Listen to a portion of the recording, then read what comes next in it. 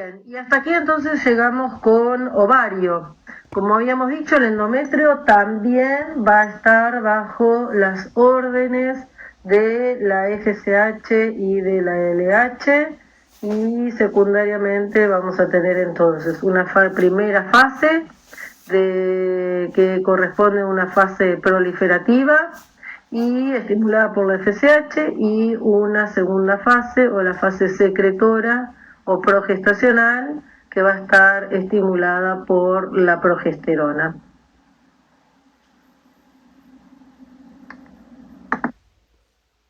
Muy bien, como dijimos al inicio, el endometrio es el responsable de una falla en la implantación del embrión aproximadamente en las 2/3 partes.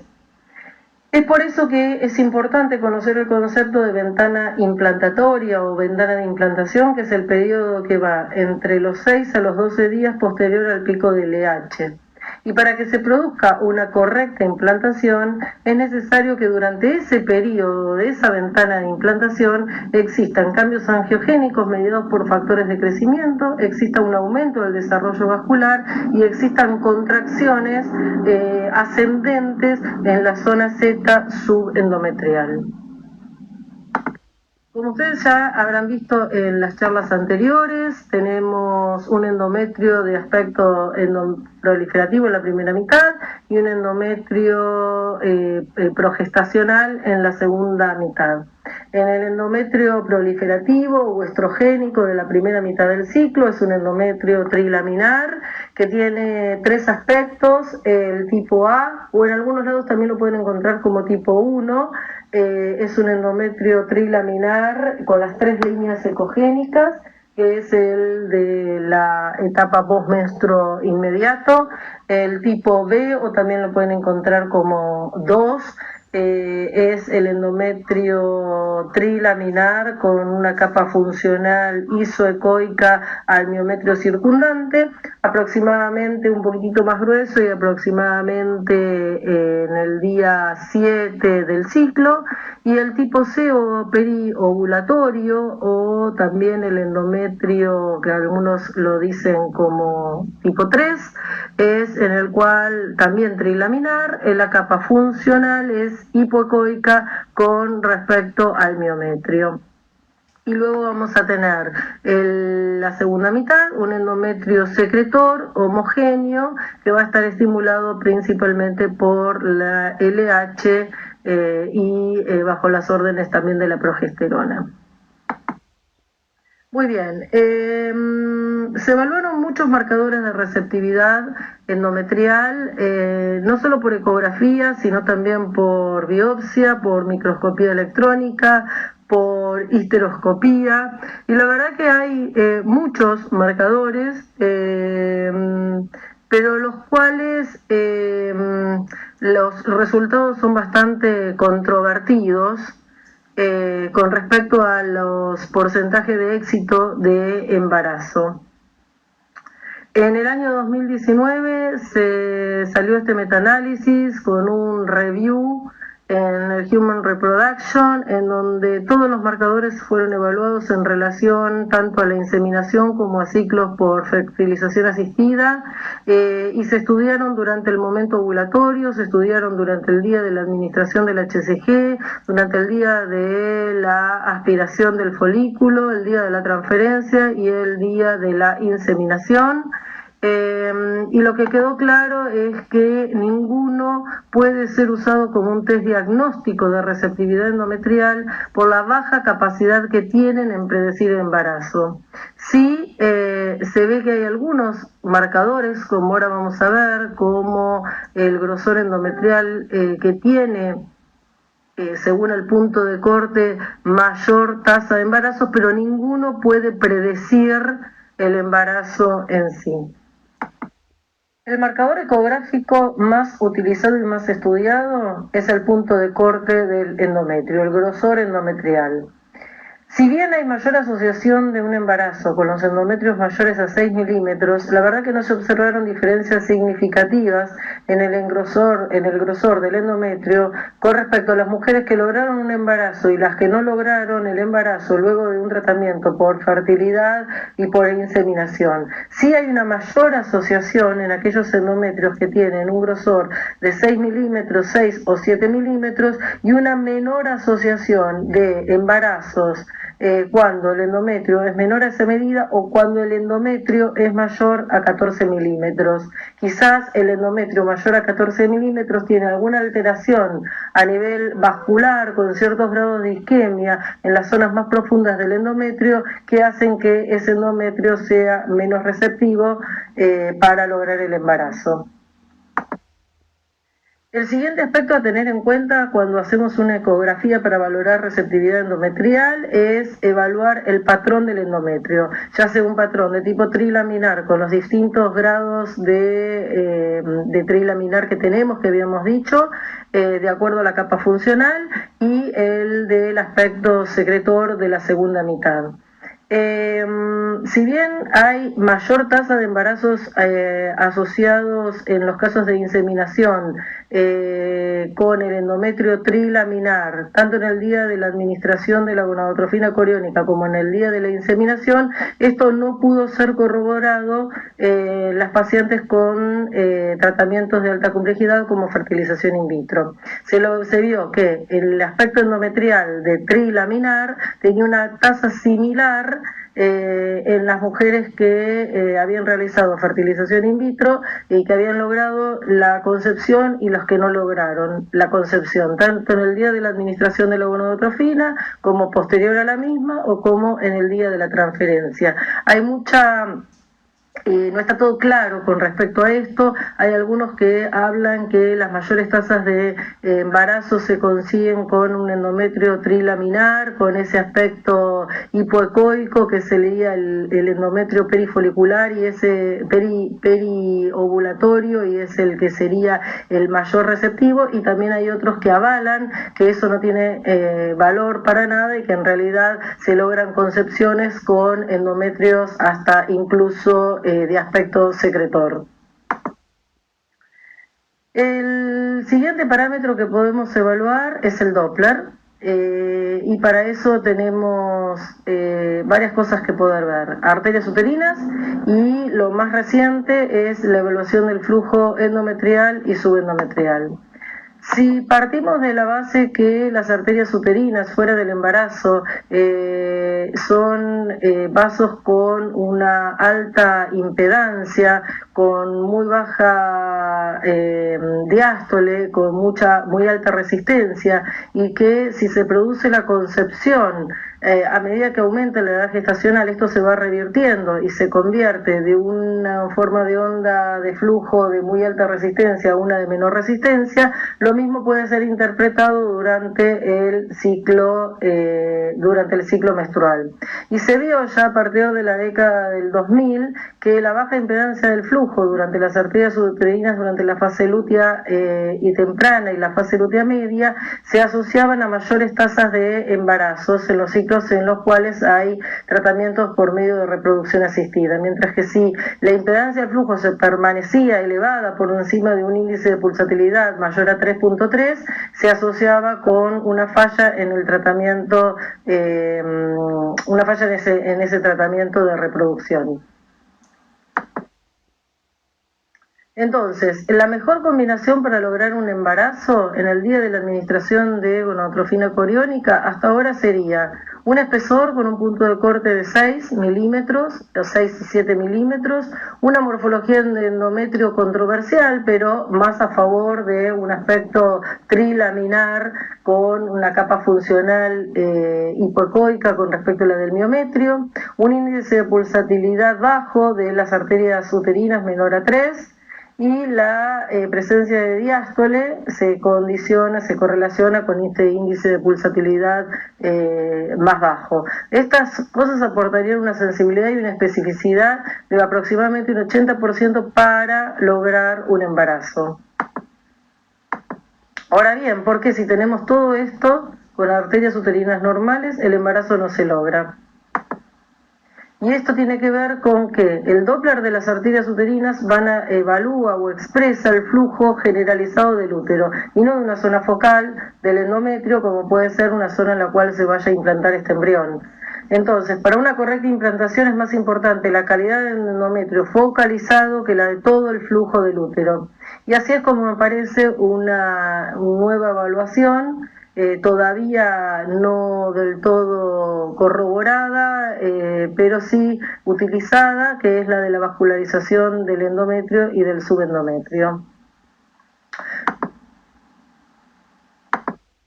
¿Cómo se evalúa este endometrio o el subendometrio? Ya en el año 1995, descrito por Campbell, describió que existen 3 zonas de flujo importantes en la evaluación de la zona Z o de la zona endometrio-subendometrio, y es una en la cual el flujo alcanza, pero no lo sobrepasa, la línea basal del endometrio, la línea subendometrial. La zona 2 es la que alcanza y contacta con esta línea ecogénica externa, que sería la de la foto que tendríamos aquí en el medio, y la zona 3 en la cual el flujo alcanza nuestra capa funcional. Entonces se hizo una clasificación valorada mediante Power Angio de flujo o de cómo sería ese aspecto del flujo subendometrial aproximadamente en la ventana implantatoria, y se clasifica ese flujo, el A como aquel que no llega a el subendometrio, el B como el que contacta que llega a la zona esta 2, que llega al subendometrio, y la 3, la zona 3 o flujo de tipo C, que es el que penetra el endometrio. Se puede cuantificar en forma muy subjetiva, como escaso cuando tiene menos de 3 vasos, cuando es moderado cuando tiene de 3 a 6 vasos, o abundante como sería en este último caso, en el de que se observan más de 6 vasos en la zona evaluada. Ahora, lo que no es claro es qué es lo importante: el grado de vascularización, los índices de vascularización, en qué momento del ciclo hacerlos en la etapa periovulatoria o hacerlos en el momento de la ventana implantatoria. Y para eso, ¿cómo se puede evaluar mediante Power Angio, tanto por ecografía 2D como también por medio de el vocal, que es ecografía 3D? En ese caso, lo que se evaluaron fueron los valores del índice de vascularización, del índice de flujo y del índice de vascularización y flujo mediante vocal de endometrio. Y lo que se ve en los distintos trabajos es que no existen evidencias significativas entre estos valores, tanto de BI como de FI o de BFI, en aquellas pacientes que lograron el embarazo y los que no, y tampoco en los índices de pulsatilidad o el índice de resistencia a nivel endometrial y subendometrial. Pero sí, lo que se ve es que según la zona a la cual llega el flujo, es decir, se lograron mayores embarazos cuando la cantidad de flujo es mayor en la zona 3, es decir, cuando existe un mayor grado de vascularización a nivel de la capa funcional del endometrio.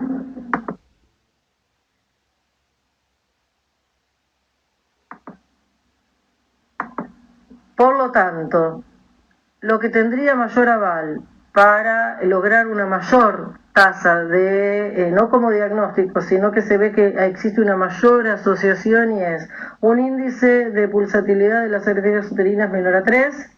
una presencia de flujo subendometrial y sobre todo de aquel que penetra la capa funcional, el aspecto del endometrio trilaminar y el grosor del endometrio con un punto de corte entre 6 y 7 milímetros.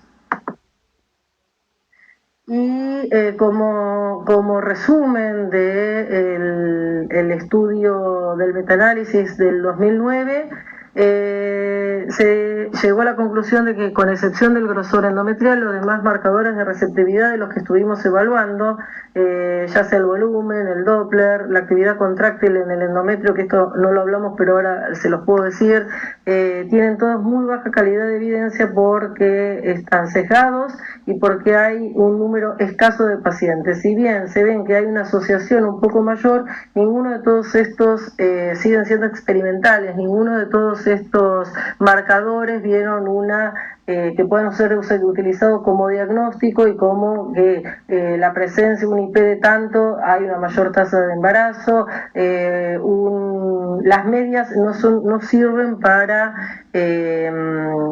confirmar o para hacer un diagnóstico de embarazo. Sí se los ve que están más asociados, pero siguen siendo todos estudios experimentales. Y ninguno hace diagnóstico. Con respecto a la actividad contráctil del endometrio,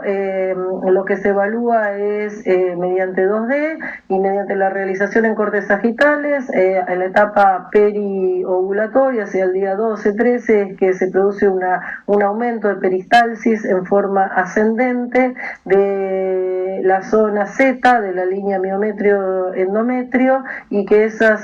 contractilidad favorecería el ascenso de los espermatozoides para favorecer la concepción. A veces se hace muy engorroso poder ver si la contractilidad es ascendente o es descendente, tampoco se sabe cuántas veces tiene que esa peristalsis aparecer por minuto, así que bueno, es algo más, pero tampoco hace diagnóstico. Como hicimos antes con ovario, vamos a ver también que existe y hay que diagnosticar y confirmar por ecografía patologías que pueden afectar la implantación. No es solo un trastorno molecular o un trastorno de receptividad, sino que también puede haber patología estructural que afecte la implantación. Lo mismo puede suceder con la patología tubárica, en la cual tanto a nivel endometrial como a nivel tubárico pueden ser tratados. Si uno encuentra un mioma submucoso o un mioma intramural con crecimiento submucoso, si encuentra la presencia de sinequias, si encuentra la presencia de pólipos, eso pueden afectar también la receptividad del endometrio, o la implantación, más que no la receptividad, sino la implantación, y lo mismo ciertos tabiques o úteros con malformaciones, y para el caso de la patología tubárica también, la presencia de antecedentes de hidrosalpinx,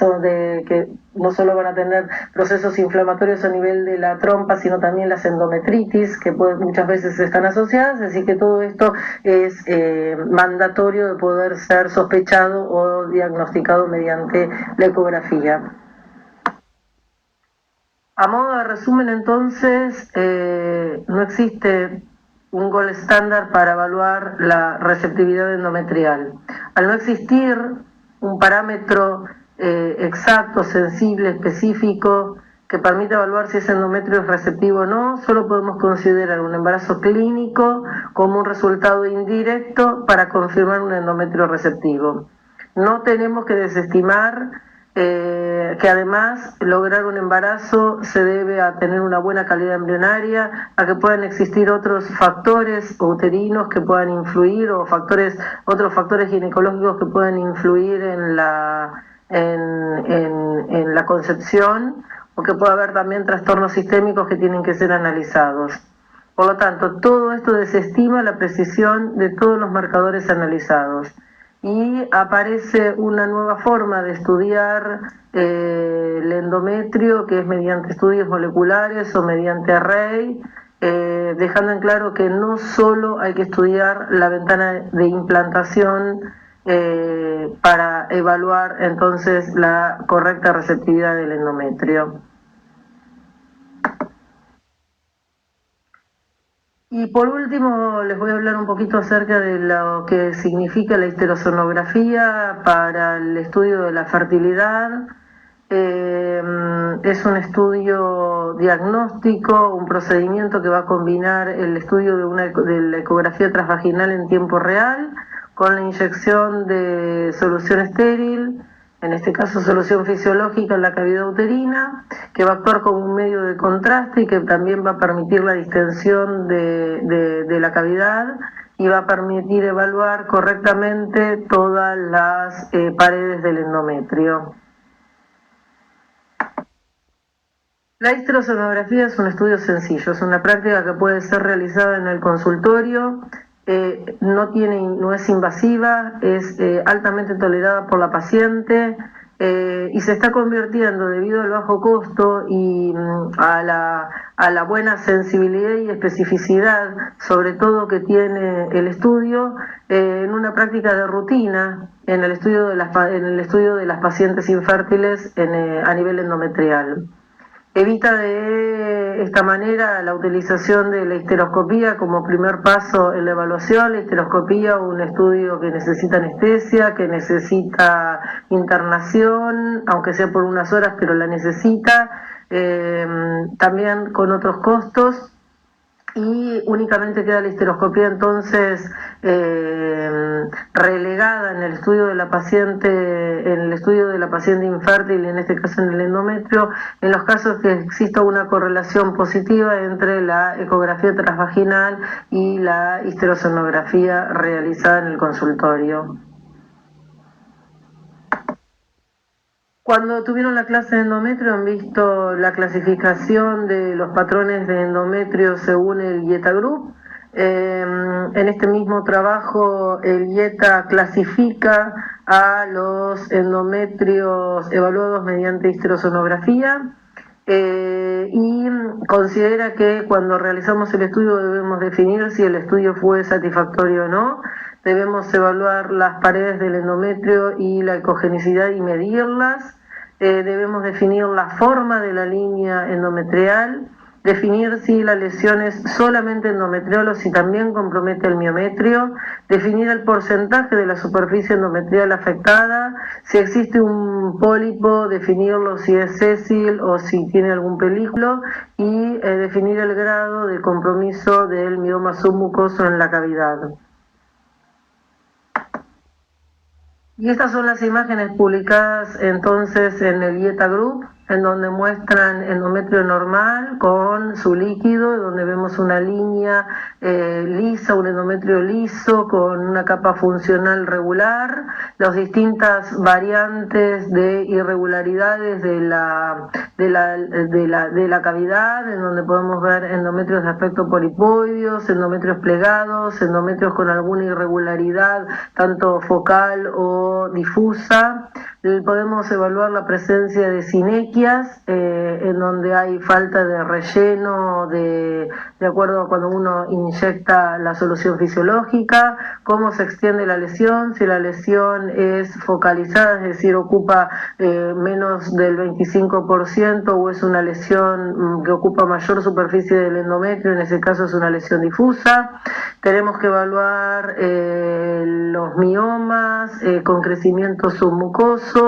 y si son totalmente submucosos, si tienen una parte de componente intramural y qué grado de componente intramural tiene, y lo mismo pasaría con los pólipos, que nos permite evaluar si es un pólipo sésil o un pólipo pediculado, de acuerdo a si la superficie, la proyección en realidad de ese pólipo es mayor que la zona de implantación.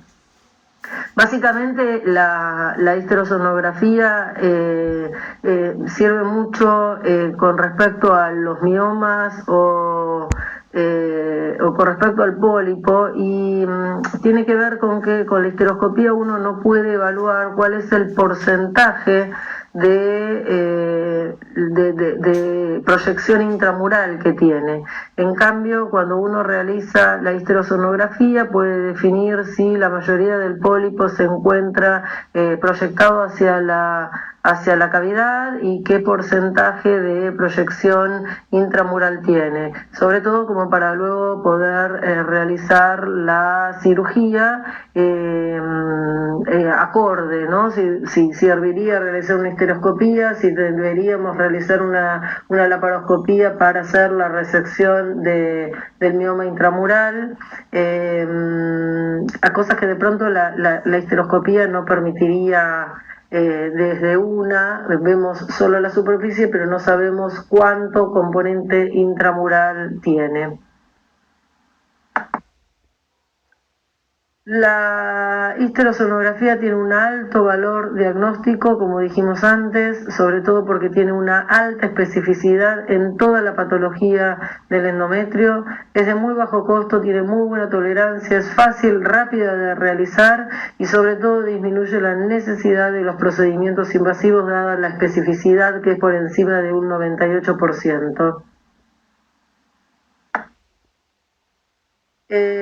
Tiene una sensibilidad y una especificidad semejante a la histeroscopía en la detección de la patología endometrial en el estudio de la paciente con trastornos de fertilidad. Debido a la alta prevalencia de patología endometrial en estas pacientes, sería entonces la técnica de primera línea en la evaluación de la cavidad. ¿Por qué? Porque si tengo una especificidad que ronda por encima del 98% y no encuentro ninguna patología a nivel endometrial, no debería entonces someter a la paciente a la realización de más estudios, por ejemplo, la histeroscopía. Por lo tanto, a modo de conclusión, lo nuevo, lo que se viene son los microarrays para evaluar patología génica involucrada en la receptividad endometrial, el estudio bioquímico de marcadores de endometrio, estudios histológicos por microscopía electrónica de los pinopodos involucrados en la receptividad endometrial. Y acá les dejaría el calendario de ecografías de un ciclo normal en una paciente que inicia un estudio de fertilidad, qué es lo que tenemos que ver en cada una de las ecografías, en un día 3 a un día 5, postmenstruo inmediato, realizar una ecografía basal para evaluar el recuento de folículos centrales, para evaluar las características del endometrio. A esto le debería seguir una ecografía entre el día 8 y el día 10 para evaluar nuevamente recuento folicular, para evaluar cómo se engrosa y qué aspecto va adquiriendo trilaminar este endometrio, y la realización de la histerosonografía, que siempre tiene que ser realizada en la primera mitad del ciclo. Continuamos luego con otra ecografía periovulatoria para evaluar el tamaño del folículo preovulatorio y nuevamente el endometrio con su grosor y con su aspecto. Y por último, hasta el día 20-22, visualización del cuerpo lúteo, en el caso de que se haya producido la ovulación, y la realización del Doppler de endometrio para evaluar nuestra ventana implantatoria. Y ahora sí, para finalizar, este es el resumen de lo que podemos evaluar por ecografía durante los distintos momentos del ciclo menstrual. Evaluar folículos, evaluar el aspecto del miometrio, evaluar el endometrio, la medición y cuál sería el uso del Doppler, ya sea a través de las arterias uterinas o evaluando el aspecto y la cantidad de flujo a nivel endometrial y subendometrial. Muchas gracias.